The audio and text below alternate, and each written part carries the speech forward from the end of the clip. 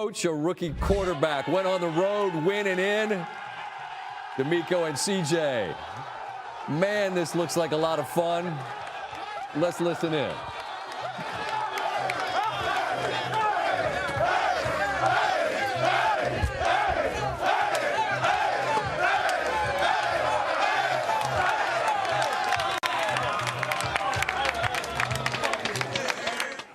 Love you guys, man. Love you too. Man, proud of the determination, man. You talk about determination, pure grit. Everybody fight to that last play. That's what it's about, man. And we punched our ticket. That's it.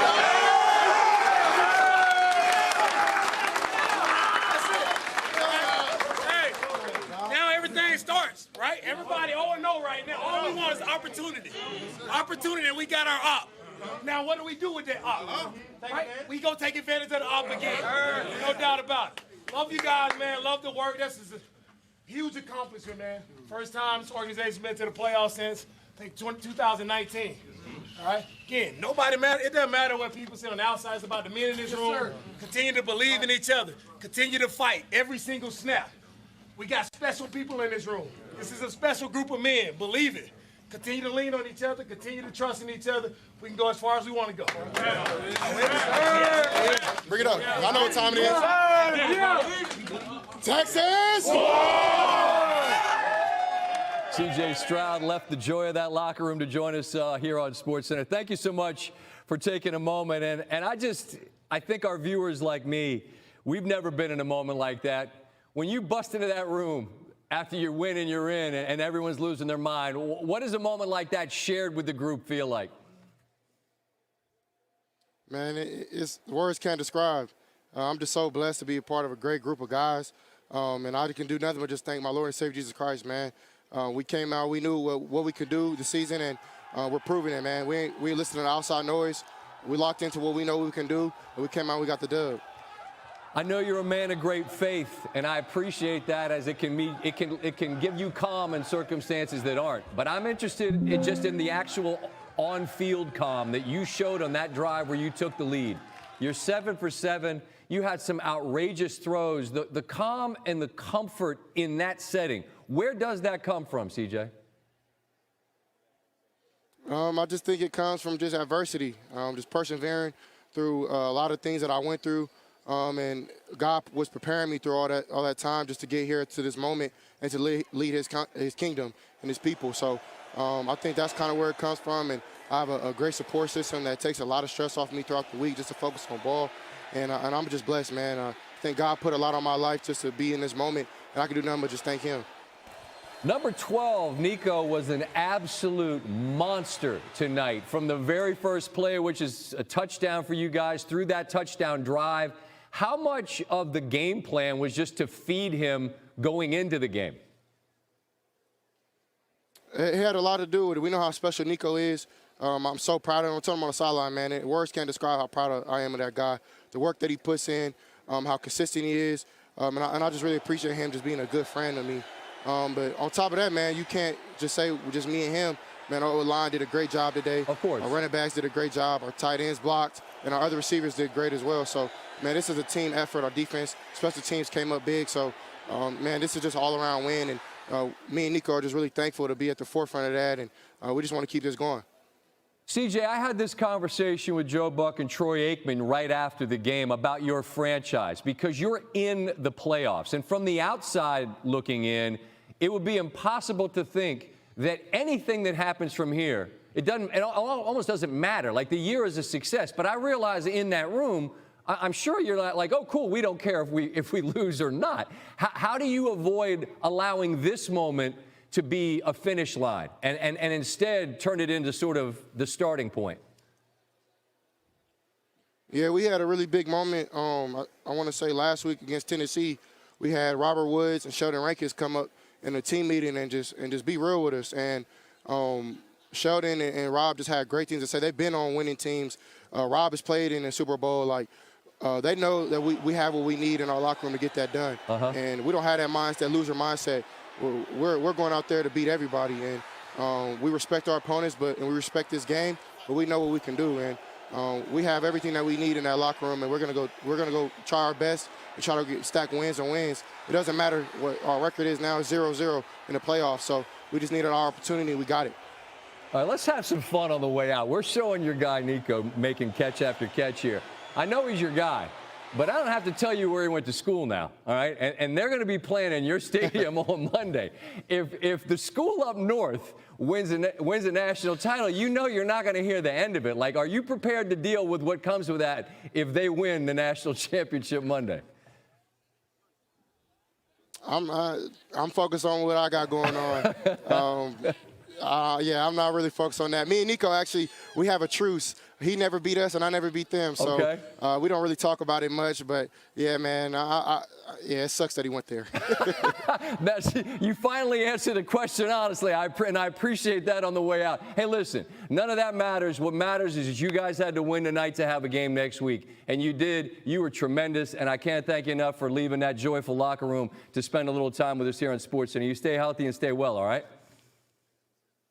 Yes, sir. Thank you, man. God bless. Yeah, you as well. CJ Stroud, a special talent right there. And the Texans, Indianapolis, the Texans get a stop on 4th down, and they are into the 19 final margin. Fresh off the broadcast, Joe Buck, the Hall of Famer Troy Aikman, join me now. And gentlemen, this really boils down to sports at its most basic, doesn't it? At the end of a dramatic game, you find yourself wondering, did they make the right call? This is a team who ran for 227 yards, and on 4th and 1, they throw it to a man who hadn't touched it all night. And unfortunately for the Colts, he couldn't squeeze it. I'm interested in both your reaction on it. Joe, I'll start with you. What'd you think? Well, I mean, you can quarrel with it, but he was wide open and would have picked up the first down if they end up connecting on that pass. The throw a little behind. Goodson didn't make the grab. So, yeah, I mean, that's just sports. And, you know, you could make the other side of the argument and say, well, they've been running it down the field. They got the ground game going. They were well over 200 yards, and Taylor's been, you know, plowing over guys. But the play was there, and they just didn't connect, and that's the way sports goes. And, you know, in this case, it was a heck of a game. As Troy said at the beginning, it's too bad one of these teams had to walk out of here losing and out of the playoffs, but they put on quite a show here tonight. Yeah, and Scott, I think you look at it and say, did they go outside of what they're about? And because when they've been in that situation, as I said, that they've thrown the ball in that situation the second most in the NFL. So it's true to what they are and what they've been, and it got them to this point. And when it doesn't work, there's no question that the play caller, Shane Steichen in this case, you question it. Whenever it doesn't work, you say, well, maybe I should have done this. And then those players, of course, Goodson and then Minshew, they'll be talking about it as well. But it's easy to go back and second guess. That's what we all do. But I didn't have an issue so much with the call. They just didn't get it executed. Exactly. I mean, it certainly invites scrutiny, Joe and Troy, as you point out, when it doesn't work. But it was there.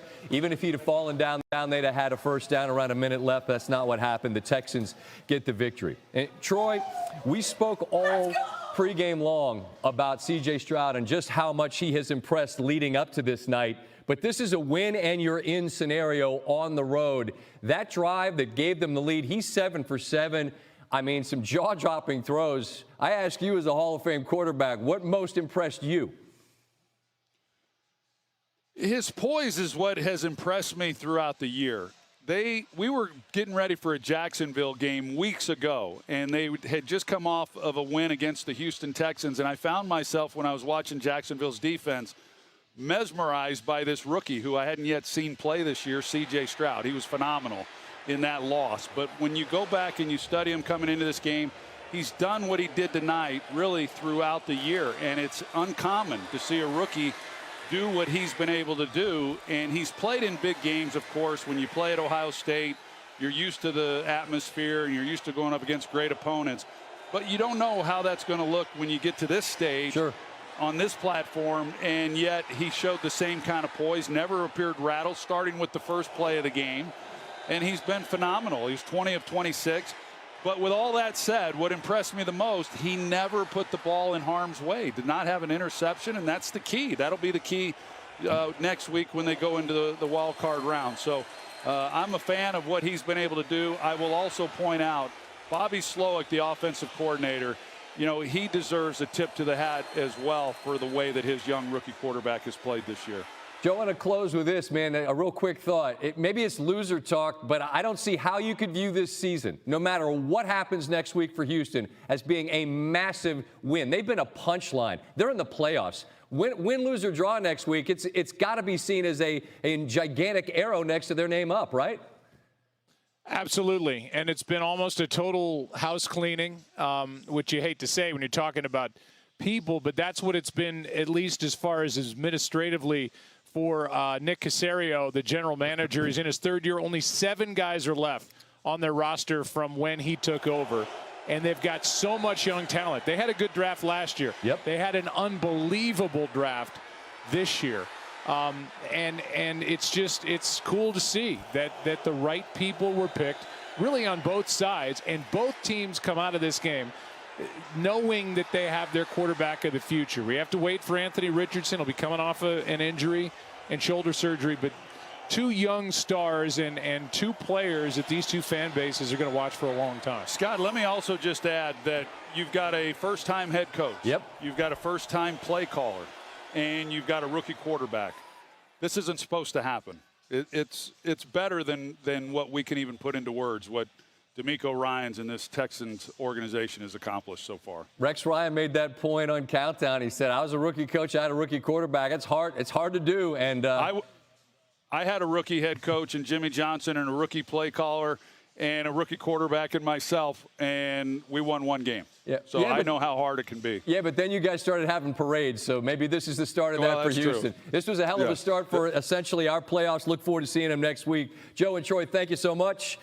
As we say so long to them, a look at that rookie coach and that rookie quarterback, and an embrace there in the bowels of the stadium in Lucas Oil as the Houston Texans, they claim their spot at the table. That's what things look like. Still stuff to be sorted out on Sunday. Significant things at that. Afterwards, CJ Stroud, very emotional, visiting with Lisa Salters. CJ, welcome to the playoffs. How does that sound to you? Man, it's a blessing. I can't do nothing but just thank my Lord and Savior Jesus Christ, man. I'm sorry. I put a lot of work in. My team has. Everybody counting us out from the start. So, man, it's just special to see the city of Houston just on the come up again. And I'm just blessed enough to be the vessel that Christ picked to lead this great franchise. So I can do nothing but just thank the Lord. I'm just curious, we could see you writing something on your wristband as you came out of the tunnel to start the game. What was it? Yes, ma'am, I put a lot of stuff, but I put a cross, 777s, and then to the glory of God. And then I put Proverbs 3, 5, and 6, which is my favorite scripture, made for this. I put STM, which is my group of friends back home, and I put Long Live S3, my cousin who passed away that introduced me to football. And then I put the Inland Empire where I come from. CJ, you introduced yourself to a national NFL audience tonight. Just what do you think that you showed everyone? I think it's not me. It's my teammates, my linemen, my receivers running great routes, my running backs doing their job, our tight ends, our defense being very great. It's not just me out there. But I think tonight we showed the world what the Texans can do, and we're going to continue to do that. You told me that all week you kept reminding yourself, just you is good enough. Why was it important for you to keep telling yourself that? I just feel like God wouldn't put nothing on me that I couldn't handle. And I feel like who I am as a person, the work I know I put in, that's plenty. And that might be just too much. You know, I put my blood, sweat, and tears into this. And it's just really cool to see the fruits of your labor come out, man. And I'm just super blessed. Congratulations on the win. And again, welcome to the playoffs. Thank you, man. Appreciate you. God bless. What a scene. Future's bright in Houston. D'Amico Ryan, CJ Stroud, the 5th first-year head coach and rookie quarterback to make the playoffs in their first season together since the merger in 1970. The last